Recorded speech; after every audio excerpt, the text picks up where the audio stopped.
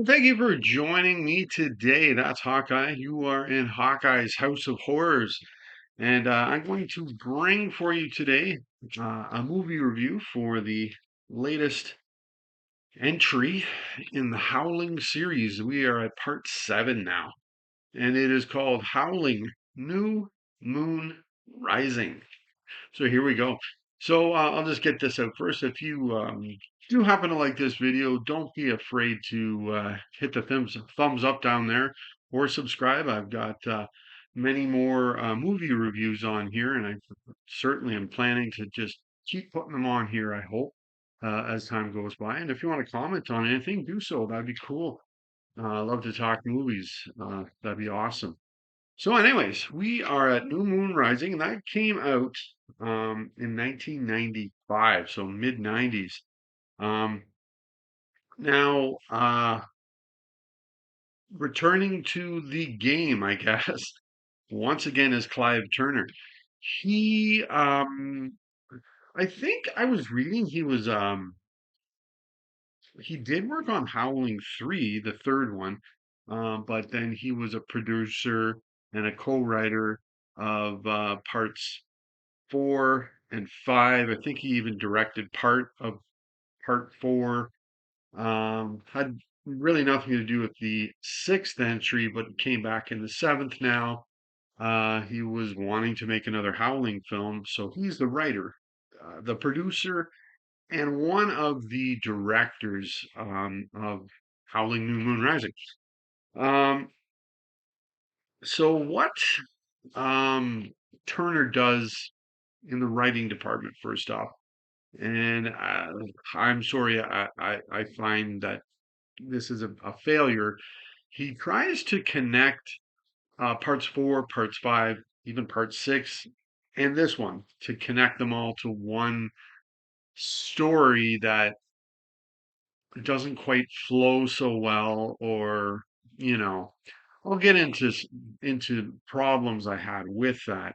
But that's what Turner is doing. He's trying to connect everything that didn't connect, and it was okay that it didn't connect to me. But he's trying to connect all of that now in this new film.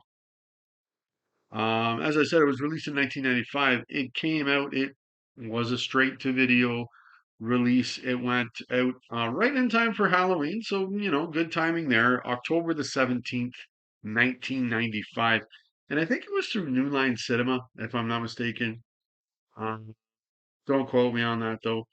But anyways, the original director of this film was a guy named Roger Knoll. I looked it up. He didn't direct anything else. He's definitely worked on many other films, but he was sort of like on the art side of things. Um, Not so much the director, but he did get that gig here to direct this film. But he walked off the set due to differences he had with Clive Turner. And this is a reoccurring issue with Clive Turner. This is like the third time in a row where he and the director are clashing. Um, once Null left, Turner took over the directing duties, and he reshot. From what I found out, it looked like it was like half of the film in over just 3 days. And I must say, you can tell. Um, it's not shot very well. It's not directed very well. It's not acted very well. And it's not written very well. So there's a lot going on, a lot going against this film here, in my opinion. And then definitely when seeing the response from other people on like a site like IMDb. Um, this is like highly loathed. This is not a highly thought of film at all. It's got a very extremely low rating. Um, but I went in and I said, okay, let's do it. And I didn't enjoy it. And I saw it again. I actually saw this film twice.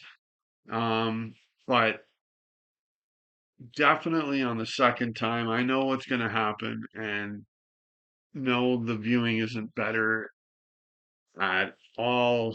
You could say it's even worse. And I was ready to tap out at about the 40-minute mark. We're not even halfway through the film yet, and I'm wanting this thing to end. But alas, I motored through it. I kept on, I watched it and wrote some things down. I'm going to share them with you here. Now, this film was actually shot back in 1990, but it wasn't released until 1995. I'm not sure exactly as to why that is, if they didn't want to release this or what was going on. It was the original thought was they were going to shoot this simultaneously with part six, and originally it was supposed to be a sequel to that film, but they went in another direction. I would say not a good call on their part. Um, so this was filmed um, many years before it was finally released. And in the credits as well, I'm now to the point I'm getting sick of seeing this in these films. It says it is based on Howling 1, 2, and 3 by Gary Brandner. No, it is not. It is not based on those books at all. So I don't know. I don't know if by making that statement that put one more butt in the seats, or in this case, one more person rented the VHS of this because of that. I doubt that, but it is not based on those books at all. Now, the story or lack thereof, um, I find you could shove this story in like a 24-minute show. It's that small. Or, um, yeah, there's you could run through this whole story in a very short period of time. So, Clive Turner, the writer, producer, and director, he is also the star of the film. He's the main character named Ted Smith. He pulls into this place called Pioneer Town and gets a job in the local watering hole. Why? Well, perhaps the only other job he could do there is work for the motel. That's like all that's going on there. Drinking and going to bed. Like that's and dancing, but you can't really get a job dancing. So, but he shows he's a badass former rodeo star. Although, was he a rodeo star, or was that just a bad joke that I'm remembering he was a rodeo star? Whatever. Um, he also shows he can slow dance. He can line dance. He can wear cowboy hats, and he loves it when you fart after eating chili. That's it. Now in this town, of course, animals and people are being killed. So Ted is actually the number one suspect. Oh dear. As well, this is the same Ted that was in Howling 5, um, who we believed he died when he went outside in the blizzard. And I swear a werewolf came out of a giant snow mound and attacked him. But no, he survived. We didn't see how he survived. They just replayed Howling 5, him going out into the blizzard, but this is the same guy. Now, at the same time, with Ted, there are two other characters. There's a detective, played by John Ramsden, and Father John, priest, played by John Huff. They are figuring things out. Because originally, um, I'll get to that in a sec, but there's a dead body found. So that's how these two guys meet, if you will. I really have a problem on how these characters work. Um, what they do is they move the plot along, or they are working on connecting Howlings 4, 5, 6, and this one to connect them all through dialogue. Um, yeah, like, and then once Father John reveals some information about werewolves, The detective needs a break, which makes these guys keep showing up and continuing their story, so that they can sit in front of each other and talk about werewolves, and instead of seeing it. All talk, no action. There is action, but it's usually replayed from other films that were much better, and some of them were not any good either. So that's a big problem. Um, Father John even reveals that once the werewolf has become fully grown, it is their first full moon at that point where they can be their worst. Boy, oh boy, does that ever add tension or what? No, not really. Um, so, what has happened is Mary Lou, who is also from Howling 5, has taken over the body of one of the townsfolk and is killing people. What? That sounds okay. All right. Whatever. Um, but even the introduction to the film, or the intro, is way below par. We're introduced to this rotting corpse in what appears to be like some freshly washed clothes, very white whites. The detective shows up and sees the body, and it's later thought that the body is actually this Mary Lou Summers, only to find no, that's not her.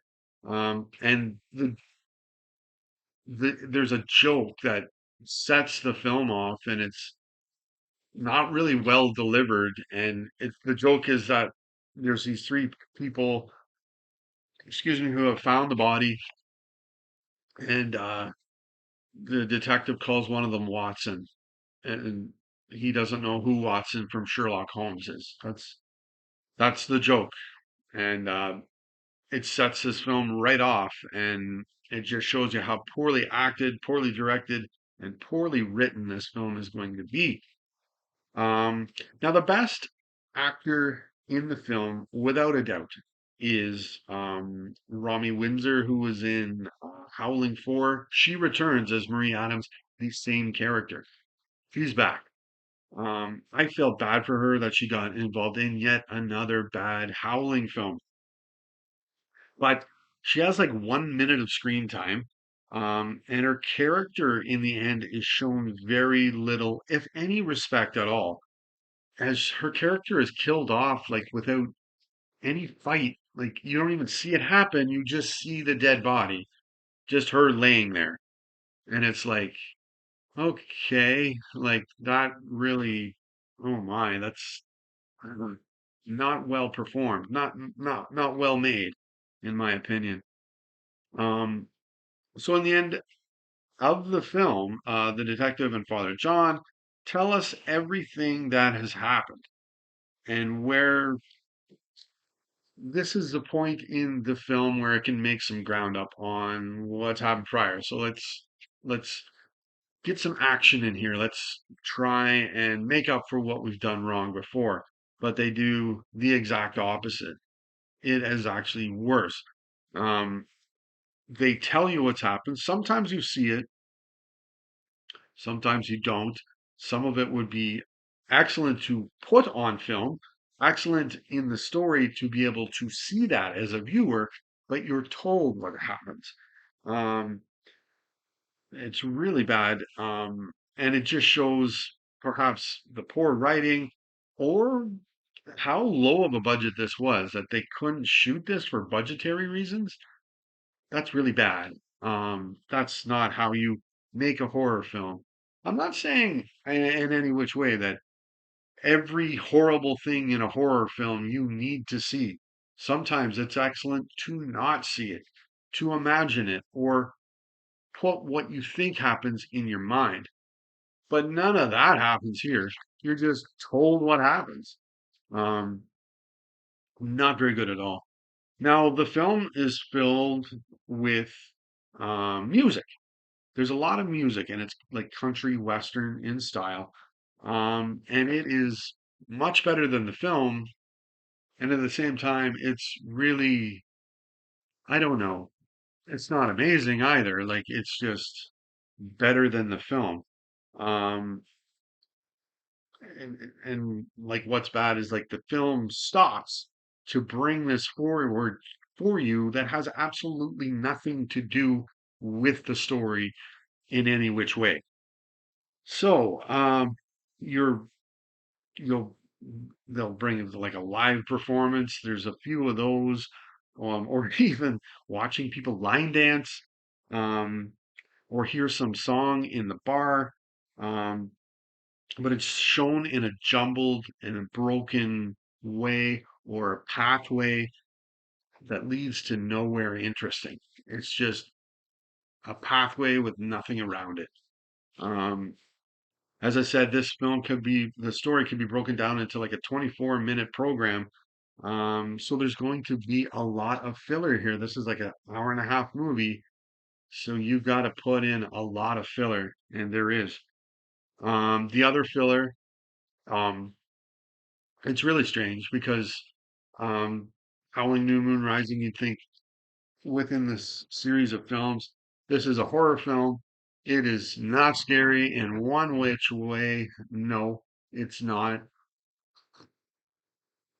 And at times it's really trying to be a comedy, which is fine. But it's like a comedy, like no horror mixed with the comedy. What doesn't work is some of the jokes aren't um, perhaps original. And the acting is so bad that you don't actually have funny people delivering the joke. There's, I think there is a potential in there being some funny stuff in here. But who you have acting it out or delivering the lines, it doesn't work very well, at all. And I must say, there are a lot of dick jokes in here too. A lot of dick jokes. Um, and they even steal a joke from the excellent show Cheers. I remember it being from that show. I'm not sure if it originally came from that show or whatever, but I'm like instantly, that was a Cheers joke. In this, Clive Turner or Ted, he bets this drunk patron, I bet you I can drink this beer underneath this hat. So he lays the bet down.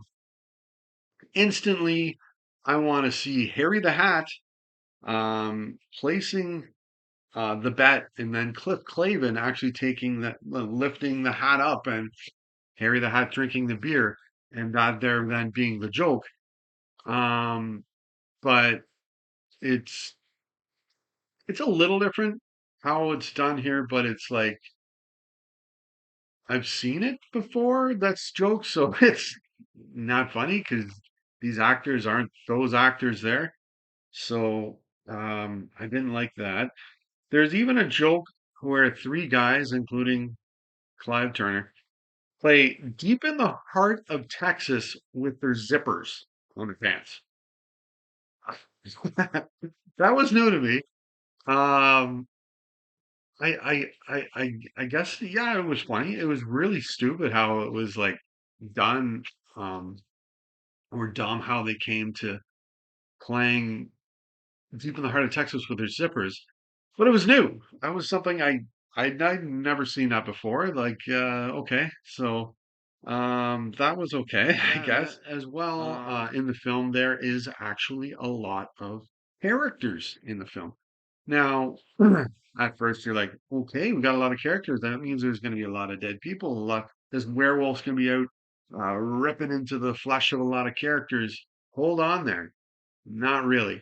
Some of them do die, but a lot of them don't, and a lot of them don't come across any kind of terror or tension other than, hey, we found a dead body for some idiot that was in the bar that nobody liked, like, okay. So it doesn't really mean anything. One thing that I saw though is it looked like at times like they were having fun making this movie, which I then questioned because Clive Turner and Roger Knoll had such bad disagreements and like Noah walked off the film. So how much fun were they really having? Like, so it looked like they were, but I question that. Um, and The one big thing that I found out between Noel and Turner fighting over was the look of the werewolf. Um, I'm with Turner in a sense, like he was wanting it to look like the one from Howling 4, which I thought those effects were cool. That was definitely there was about a minute or a minute and a half of that movie that was really worth seeing. The rest of it, not so much. But I like that. That transformation scene, anyways, that was really good. It's done by Steve Johnson, I believe. Where Noel was coming from another direction and wanted it to look different. Um, in the end, for this film, the effects team brought us a werewolf transformation that I've got to say is, I, yeah, I'm pretty certain I will always feel this one.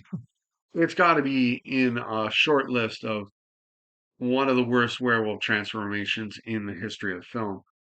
You see, it's Mary Lou, played by another actor, um, transforming, but then they have like this computer effect or like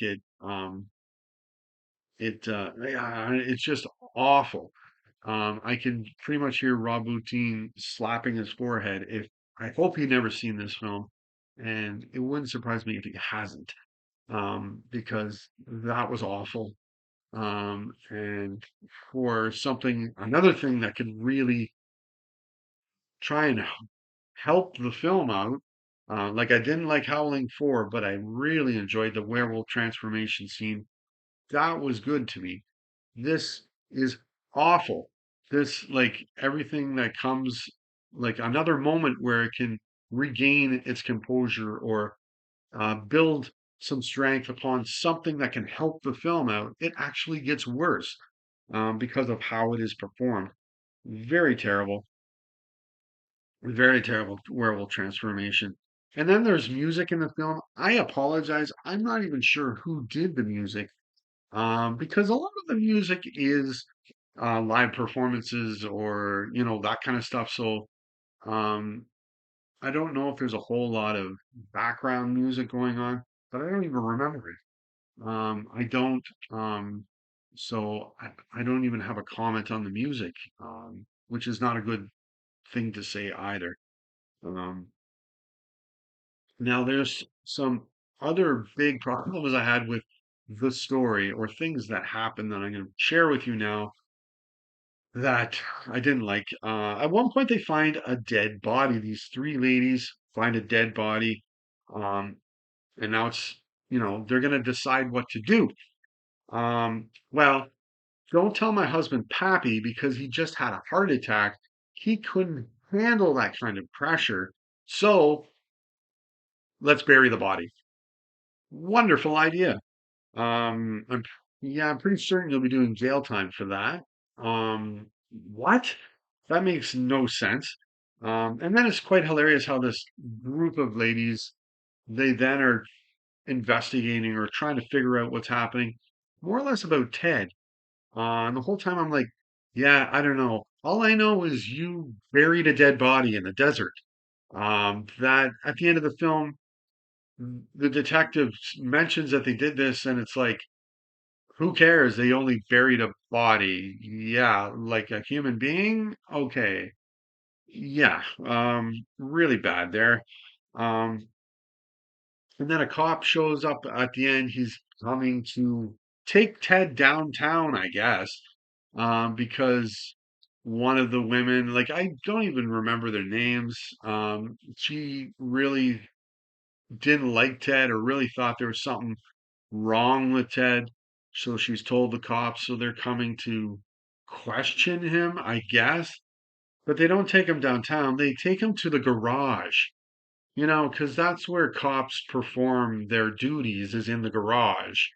Um, so that Ted can turn the tables after you beat the shit out of him and he can knock you cold. And then you pull your gun out and you're going to kill him because this would be easily explained away as to why this guy has a bullet hole in him in the garage. I don't know, whatever. Just a couple really bad things that you know, they don't add terror, they don't add tension, they don't add mystery. They're just dumb. That's not how things work. Anyways, maybe I'm being a little too nitpicky. I don't feel so. I think that was really bad. But that was Howling New Moon Rising, and I would not suggest that film to anyone, even bad movie. People that love bad movies, they're going to be like, I need to turn this off right now. So, but anyways, there is one more to go. That is uh The Howling. Is it? Oh no, Rebirth, Reborn. I did see it. I'm gonna see it again, and then I'll give a review for that. So that's it. One more Howling film to go in this bunch. So until next time, remember to stay scared. Yeah.